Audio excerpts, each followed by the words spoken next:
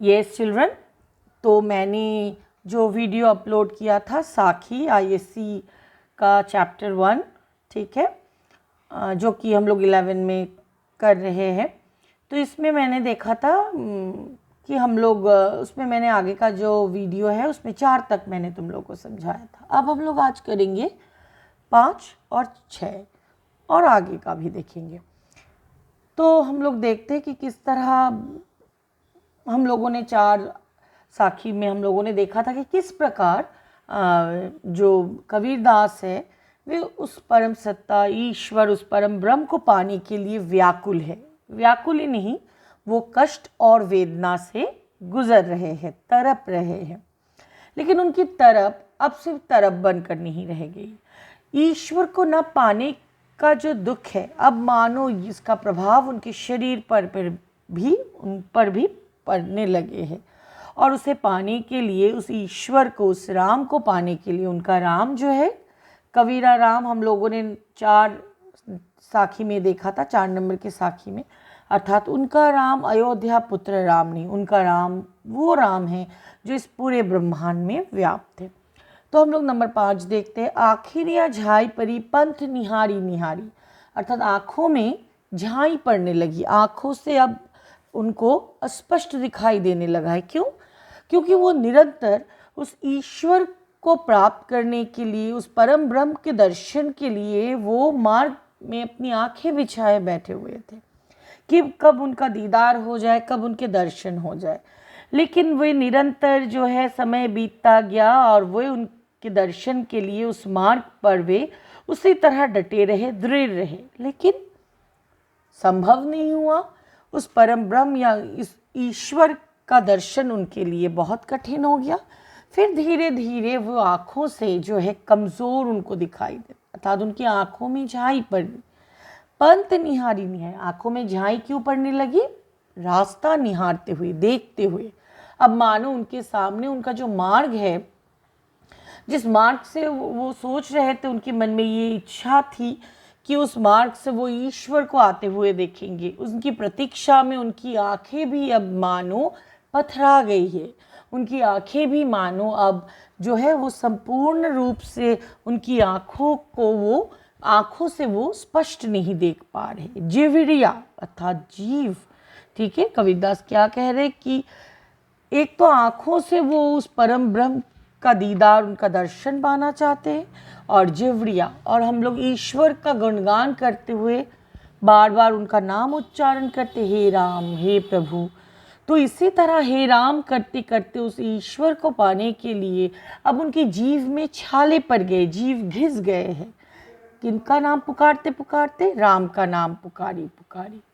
तो प्रस्तुत दोहे में हम क्या देख रहे हैं? वही यहाँ कबीरदास जी ईश्वर के दर्शन करना चाहते हैं और उसके दीदार के लिए, उनके दर्शन के लिए वो व्याकुल है, वो तड़प रहे हैं, और इसका पूरा प्रभाव उनकी शरीर पर, मूलतः उनकी आँखों पर और उनकी जीभ पर पड़ा है।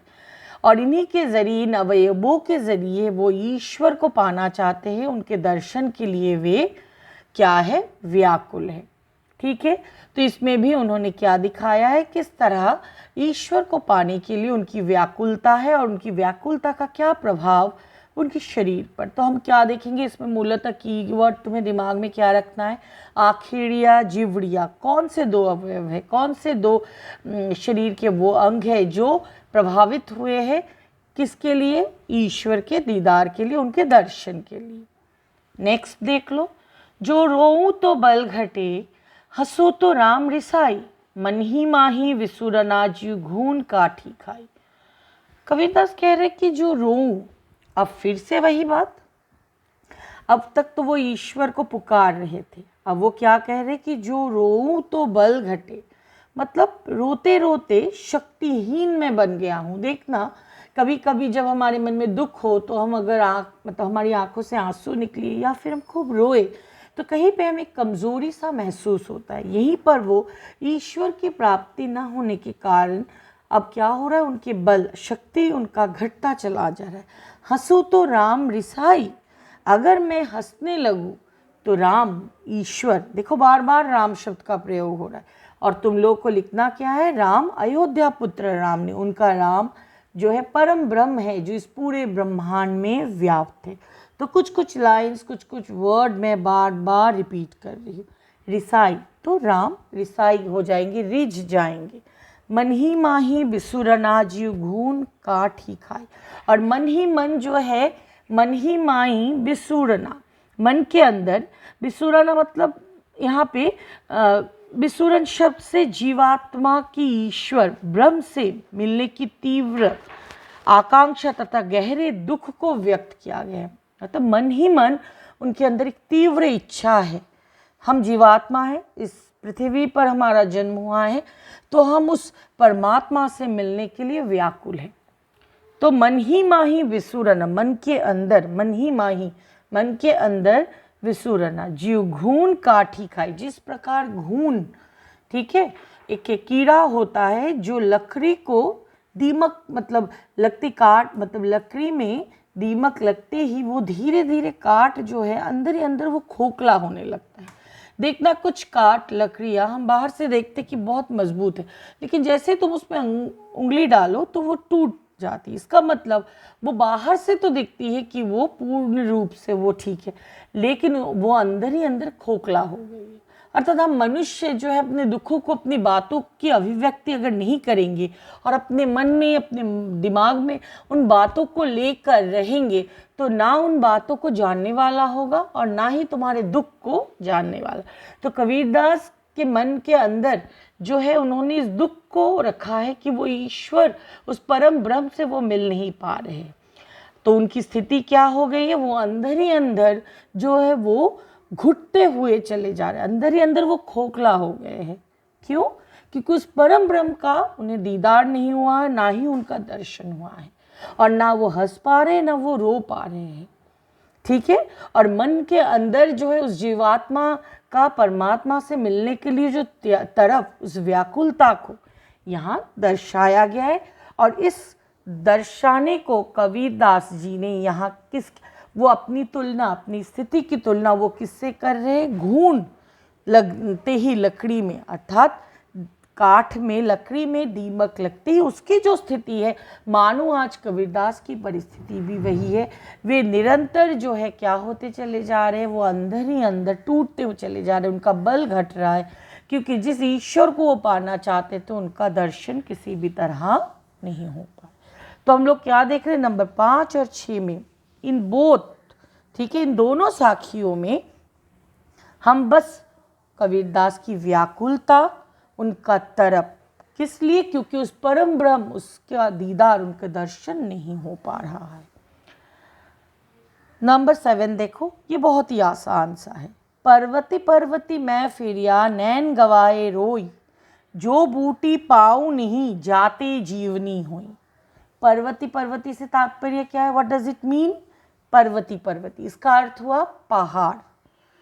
तो एक पहाड़ से दूसरी पहाड़, मतलब एक जगह से दूसरी जगह, पर्वत पर चढ़ना कठिन कार्य है, दुर्गम है वो, ठीक है, वो आसान नहीं है। मैं फेरिया, अर्थात यहाँ मैं से तात्पर्य कौन है? कबीरदास। फेरिया मतलब वो घूमते रहे, वो तो घुमक्कर थे, यहाँ से वहाँ भटकते रहते थे, घूमते रहते, इसीलिए उनकी रचनाओं में उनकी भाषा का ये प्रभाव तुम देखोगे।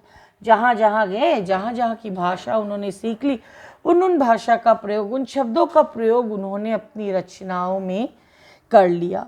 नैन गवाई रोई, अर्थात पर्वत पर्वत वो घूमते रहे, नैन को गवा गवा कर, अर्थात उनकी आँखों से वो आंसू उनके बहते रहे। ठीक है, कारण क्या है आंखों से आंसू क्यों बहते रहे? क्योंकि वो उस परम ब्रह्म का दर्शन करना चाहते थे, और उस परम ब्रह्म के दर्शन के लिए वो क्या कर रहे थे? पर्वतों पर घूम रहे थे, भटक रहे थे कि पता नहीं कहाँ से उनको क्या मिल जाए, किसका दर्शन, मतलब कब उनका दर्शन उन्हें हो जाए। तो नैन गवाए रोई, तो नैन अर्थात आँखों से वो, उनकी आंसू जो है वो बहने लगे। क्यों? क्योंकि वो उस परम ब्रह्म का दर्शन करना चाहते थे। जो सो बूटी पाऊ नहीं, क्या कह रहे? उस बूटी की तलाश में। यहाँ जड़ी बूटी से क्या तात्पर्य है? औषधि। पहाड़ों में तरह तरह की औषधि मिलती है, जिससे बहुत सारे बीमारी जो है वो अतः जो अस्वस्थ व्यक्ति है वो अपना जो है मतलब उन बूटियों के ज़रिए वे अपनी शारीरिक अस्वस्थता या शारीरिक जो बीमारी है उनका उपचार वो कर सकते हैं। जाते जीवनी हुई, तो वो घूम रहे थे। असल में यहाँ बूटी से तात्पर्य है उस परम ब्रह्म रूपी बूटी जिसको वो पाना चाहते थे, लेकिन उस परम ब्रह्म रूपी बूटी को वो नहीं पा सके, जिससे जीवनी शक्ति मिल सके, जिससे क्योंकि वो धीरे धीरे अपने जीवन, मानो उनका जीवन जो है वो अंत हो रहा है उसका, तो वो पर्वतों में भटक रहे थे, घूम रहे थे उस परम ब्रह्म के दर्शन के लिए और उस बूटी की तलाश में जिस बूटी के ज़रिए उन्हें अपना जीवन मिल जाए। जाते जीवनी हुई अर्थात जिसमें जीवन शक्ति हो, जीवन दायिनी वो बूटी। यहाँ जीवन दायिनी बूटी की तुलना वो किससे कर रहे हैं? उस परम ब्रह्म या ईश्वर से, और उसी को वो पाना चाहते हैं और उन्हीं को प्राप्त करके ही वो अपने जीवन की शक्ति को जो है वो पा सकते हैं। अर्थात उनका जीवन जो है पूर्ण रूप से फिर सफल हो सकता है अगर उन्हें क्या मिल जाए? वो बूटी जिसको ढूंढने के लिए वो तड़प रहे हैं, व्याकुल है, वो पर्वत पर्वत घूम रहे हैं। ओके, आई थिंक अब तक मैंने जो अपलोड किया है 1 2 3 4 और आज 5 6 7, अगर तुम लोग ध्यान से इसको सुनोगे, ठीक है, और किसी का कोई भी क्वेरीज रहे तो you can send me, I will answer you accordingly. Okay, उसके बाद हम लोग देख रहे हैं कौन सा है, मुझे लगता है 7 तक सभी का मतलब समझने में किसी को मुश्किल नहीं होनी चाहिए। ठीक है, आया था संसार में देशन का बहुरूप। इस संसार में हम जीवात्मा हैं, हमारा जन्म इस संसार में हुआ है देशन देखने के लिए, दर्शन के लिए, क्योंकि संसार के जीवात्मा के रूप में जन्म लेकर हम इस संसार के अनेक रूपों को देखना चाहते। बहुरूप कहे कबीरा संत हो, पड़ गया नजरी अनूप। कबीरदास कह रहे कि संत होकर, कबीरदास तो संत थे और वो भक्तिकालीन निर्गुण संत थे, ठीक है, तो वो कह रहे कि मैंने संत का रूप धारण किया, ठीक है, तो मैंने इस संत का रूप धारण करके संसार में मैंने अपनी वासनाओं से प्रेरित होकर मनुष्य के अनेक रूप देखने को आया था। मतलब मैं देखना चाहता था इस संसार में लोगों के कितने रूप हैं, लेकिन अब वो संतों को, वो स्वयं भी संत है, लेकिन वो संतों को, बड़े बड़े सेंट्स जो है, उनको कह रहे हैं कि यहाँ आकर जब मुझ पर गुरु की कृपा से, मतलब जब मुझ पर गुरु की कृपा हुई और गुरु की कृपा से अनुपम रूप अर्थात ब्रह्म, वो परम तत्व, जब उसके दर्शन मुझे हो गए, अर्थात मैं किसको देखना चाहता था? उनके मन में एक ही चीज़ है, क्या है वो? कि वो उस परम ब्रह्म का दर्शन कर सके, उनको पा सके। तो इसीलिए वो कह रहे कि मनुष्य के जो मतलब संसार में हमारे अंदर बहुत वासनाएं होती, इच्छाएं होती है, और वो अनेक चीज़ों को देखना चाहते हैं, उसकी प्राप्ति करना चाहते हैं। लेकिन वो कह रहे कि हे संतों, इस संसार में आकर जीवात्मा के रूप में जन्म लेकर जब मैंने गुरु की कृपा से, वो अपने गुरु को बहुत महत्व देते, this is a very important line, मैंने जब उनके दर्शन मैंने कर लिए उस ब्रह्म के, अब मुझे और किसी चीज़ को देखने की मेरे अंदर अभिलाषा नहीं है। अर्थात मेरे अंदर सारी इच्छाएं, अभिलाषाएं मिट गई है, क्योंकि परम गुरु के कारण ही मुझे उस परम ब्रह्म के दर्शन हो गए। तो तुम लोग को ये कुछ वर्ड्स, ये सारे वर्ड्स दिमाग में रखने हैं, ठीक है। तो आशा करती हूँ तुम लोग इसको सुनोगे। किसी को कोई भी क्वेरीज है तो तुम लोग उसको लिख सकते हो। I will try my best to sort out your queries, okay, ताकि तुम लोग इस चीज़ को समझ सको। मूल है समझना, कि वर्ड्स को दिमाग में रखना, क्योंकि परीक्षा के दौरान जब एक मतलब स्टूडेंट्स का, कैंडिडेट का पेपर चेक किया जाता है, हमेशा मत सोचो कि मुझे एकदम बहुत मतलब अच्छे शब्दों का प्रयोग करना है, तुम आसान शब्दों का प्रयोग करो, तुम सहज शब्दों का प्रयोग करो, लेकिन तुम अपनी भावनाओं को, तुम्हारे दिमाग में जो है उसको सही सही उसकी अभिव्यक्ति करो with the proper keywords it carries some weight.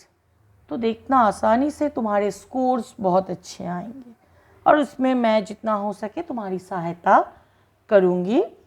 तो आज के लिए इतना, bye bye, thank you all of you, hope that तुम लोग ध्यान से इसको सुनोगे और कोशिश करूँगी मैं जल्द से जल्द आगे की साखियों का और साथ में कहानी सारा आकाश सभी का मैं तुम लोगों तक पहुँचा सकूँ जल्द से जल्द, ताकि ये तुम्हारी परीक्षा के लिए सहायक हो सके। Okay, bye bye all of you and thank you.